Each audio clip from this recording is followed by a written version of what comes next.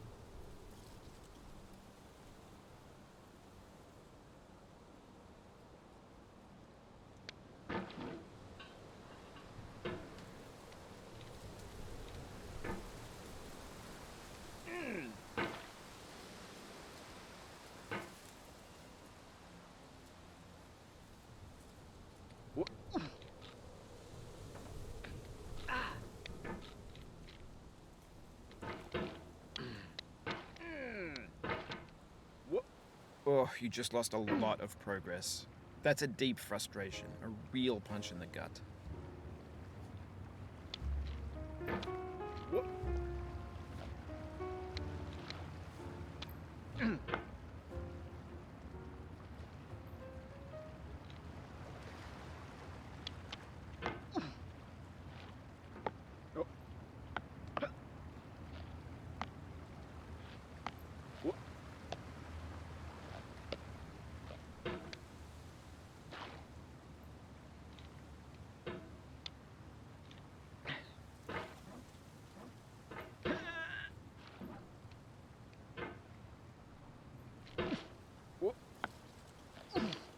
No. Oof, sorry about that. Whoop.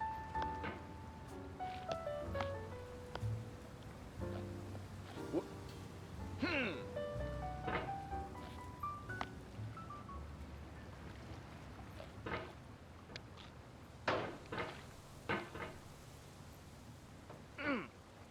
Whoop. Oh.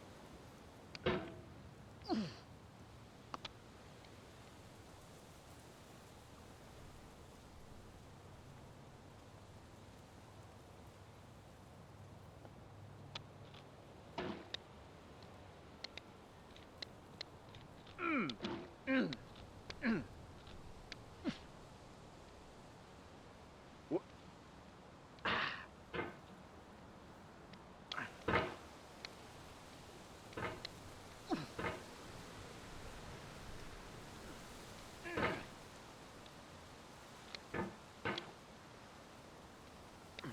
Oh.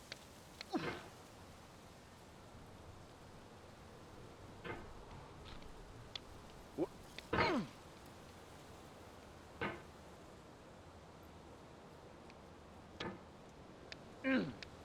Whoop.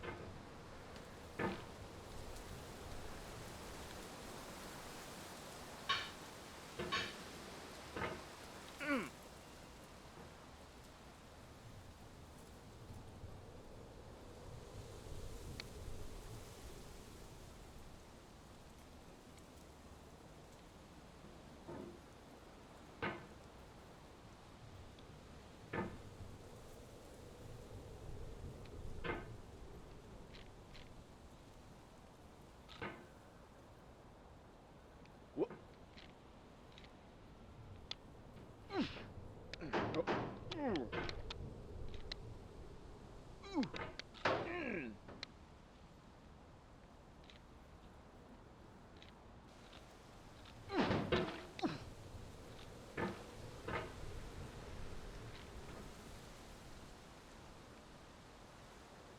Whoop.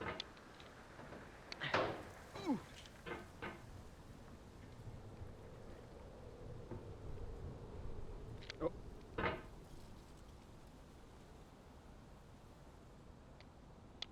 For years now, people have been predicting that games would soon be made out of prefabricated objects, bought in a store and assembled into a world. And for the most part, that hasn't happened, because the objects in the stores are trash. I don't mean they look bad or that they're badly made, although a lot of them are. I mean they're trash in the way that food becomes trash as soon as you put it in the sink. Things are made to be consumed and used in a certain context, and once the moment is gone, they transform into garbage. In the context of technology, those moments pass by in seconds. Over time, we've poured more and more refuse into this vast digital landfill that we call the internet. It now vastly outnumbers and outweighs the things that are fresh and untainted and unused. When everything around us is cultural trash, trash becomes the new medium, the lingua franca of the digital age. And you can build culture out of trash. But only trash culture. Be games, be movies, be music, be philosophy. Maybe this is what digital culture is. A monstrous mountain of trash, the ash heap of creativity's fountain. A landfill with everything we ever thought of in it. Grand, infinite, and unsorted.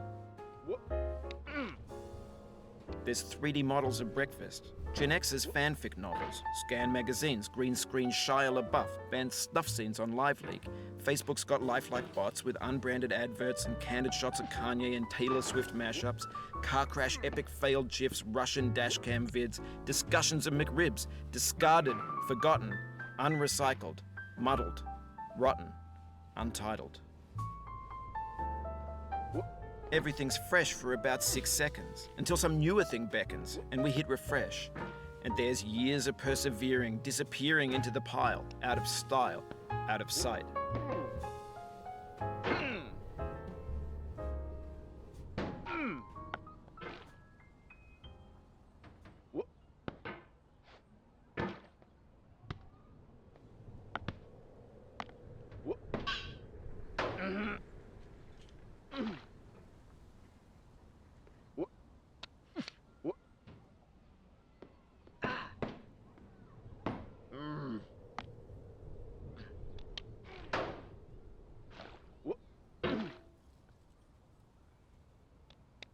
Oh, it happened again. Keep on trying, don't let it get to you.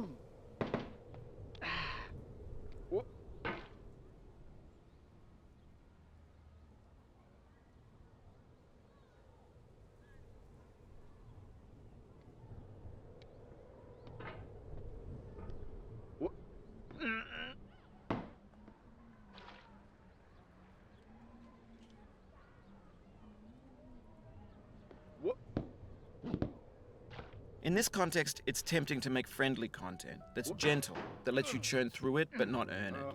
Why make something demanding if it just gets piled up in the landfill, filed in with the bland things?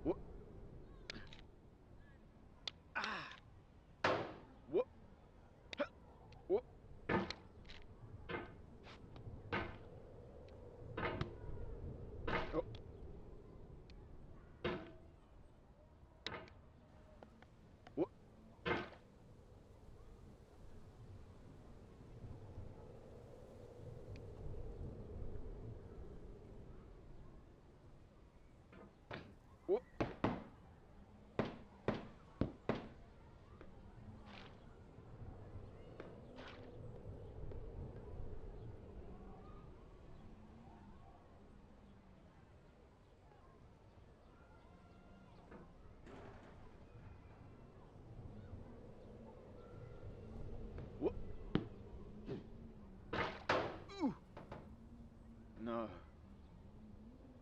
This thing that we call failure is not the falling down, but the staying down. Mary Pickford.